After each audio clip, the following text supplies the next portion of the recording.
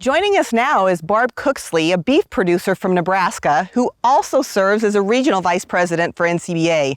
Barb, thanks for having us out here today to your gorgeous ranch. As exports, what do they mean to you as a beef producer, especially one from Nebraska that works a lot to send a lot of beef overseas? In Nebraska, we are so far from an export market to handle that ourselves. I'm a cow-calf producer. That's my business, that's my expertise. I can get a cow bred, I can get a live calf on the ground, I can get that to a feedlot.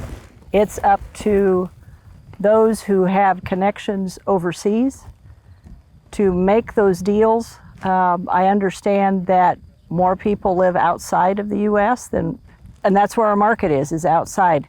We cannot eat all the beef we produce.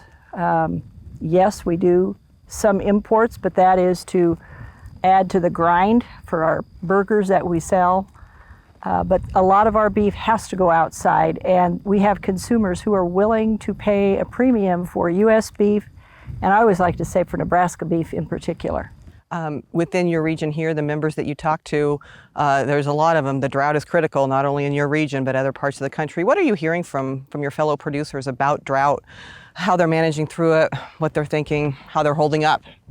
We do have policy calls, and before the start of the business meeting, a lot of times we'll be sitting there visiting, and it's been over a month ago, and people were talking about the price of hay when you get further west, and I'm talking, Arizona, Nevada. Hay prices were unbelievable, $400, and I don't know if that was delivered. People were already starting to wean calves months early.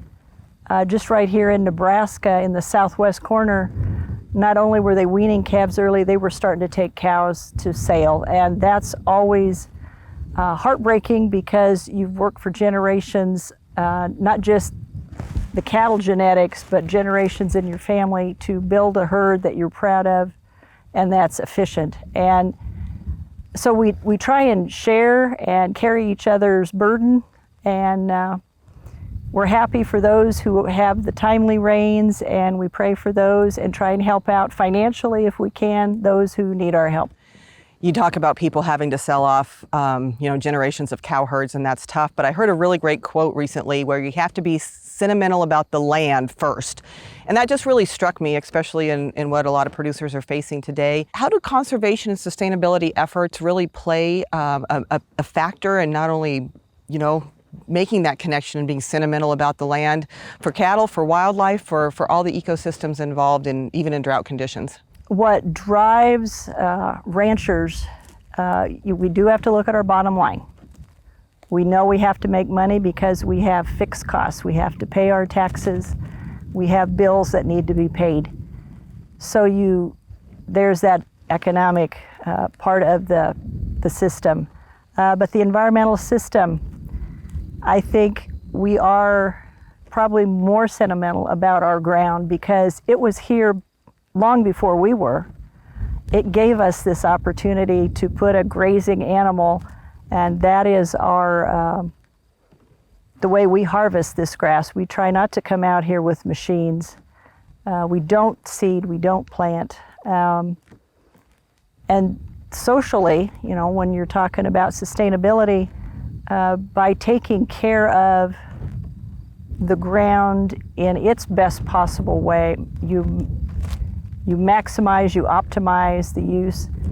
We see wildlife benefiting.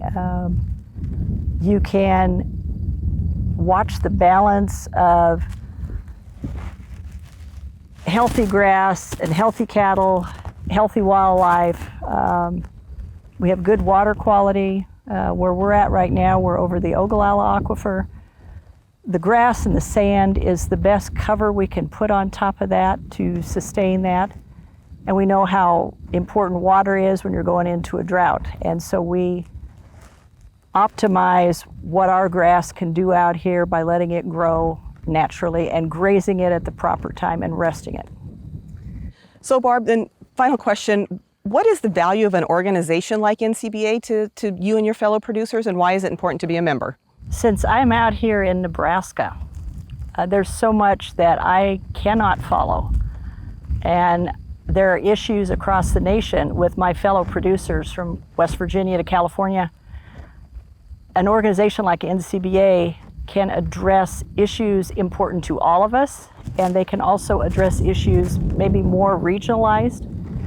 So it's worth my time and my dues dollars to make that happen. I expect NCBA staff to stay on top of issues that I just don't have the time to do. Well, Barb, we certainly appreciate your investment of time in the organization and the industry and all you do for us. Thank you so much, especially for having us out here today. Thank you, Kate. To keep informed on the issues facing cattlemen and women and to help make a difference in the industry, join Barb as a member of NCBA. It's easy to do. Just call 866-233-3872 or visit ncba.org.